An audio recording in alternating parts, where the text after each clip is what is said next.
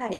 අද පුතේ දැන් අපි කතා කරන්න හදන්නේ අපේ මේ බාහිර උපාධියට අදාළව. බාහිර උපාධියක් හදාරපු දරුවෙකුගේ විෂයවන් වලට අදාළ ක්‍රෙඩිට් ගණන කොහොමද ගණනය කරගන්නේ කියලා. ඒ කියන්නේ බාහිර උපාධියක් හදාරලා තියෙනවා කියන්නේ ඔයාට හම්බ වෙන්නේ සාමාන්‍ය උපාධියක්, ජෙනරල් උපාධියක්.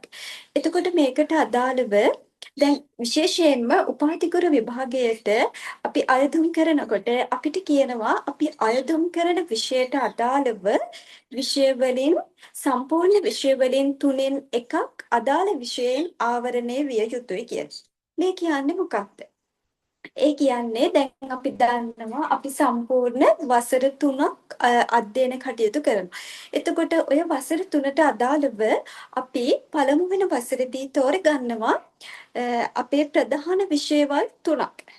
නේද? අපි තෝරගන්නවා ප්‍රධාන විෂයවල් 3ක්. ඊට අමතරව අපිට හම්බ වෙනවා කම්පල්සරි සබ්ජෙක්ට් 3ක්. ඒක ෆස්ට් ඉයර් එකේදීත් එහෙමයි, සෙකන්ඩ් ඉයර් එකේදීත් අපි කරන්නේ අර පළමුවෙනි වසරේ තෝරගත්තු ප්‍රධාන විෂයවල් 3 සහ අපිට හැමෝටම හම්බ වෙන කම්පල්සරි සබ්ජෙක්ට් 3. තර්ඩ් ඉයර් එකේදීත් ඒ විදිහට යනවා. එතකොට අපි බලමු කොහොමද මේ ක්‍රෙඩිට් ගණනය වෙන්නේ කියලා.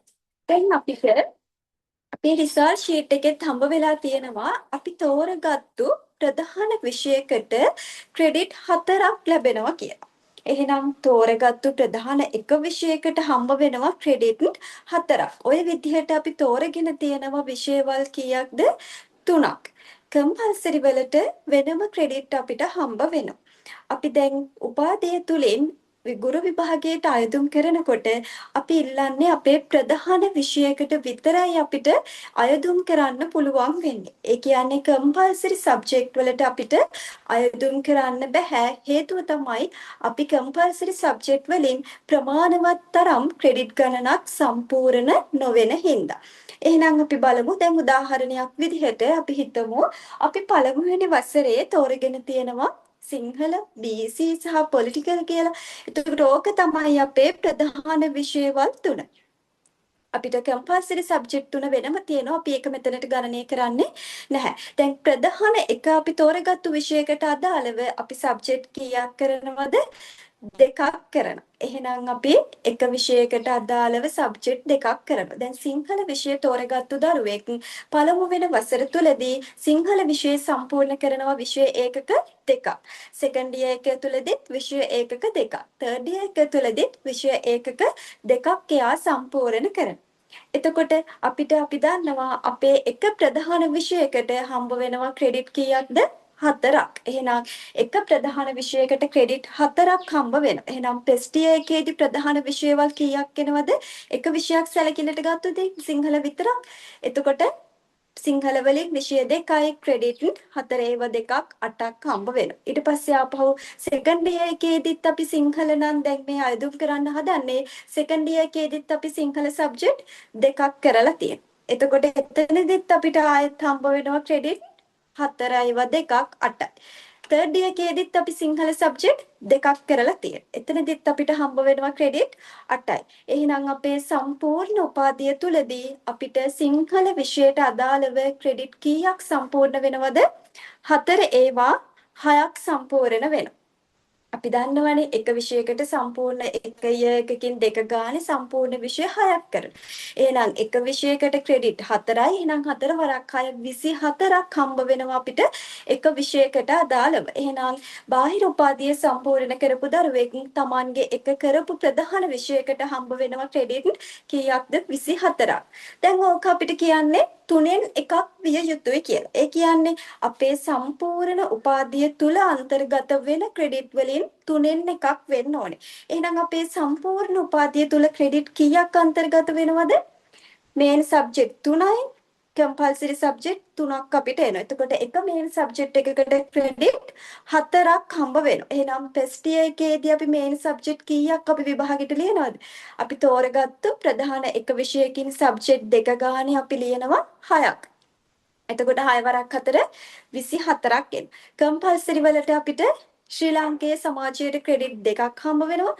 IT වලට ක්‍රෙඩිට් 3ක් හම්බ වෙනවා සහ ඉංග්‍රීසි වලට ක්‍රෙඩිට් 3ක් හම්බ වෙනවා. එතනින් එතකොට කම්පල්සරි වලින් අපිට ක්‍රෙඩිට් 8ක් හම්බ වෙනවා. එතකොට මේන් සබ්ජෙක්ට් තුනෙන් අපිට හම්බ වෙනවා 24ක්. එහෙනම් 24යි 8යි 32ක් හම්බ වෙනවා අපේ එක ටෙස්ට් ඉයර් එකට. එහෙනම් ටෙස්ට් ඉයර් එකේ සම්පූර්ණ ක්‍රෙඩිට් ගාණ කීයද? 34යි.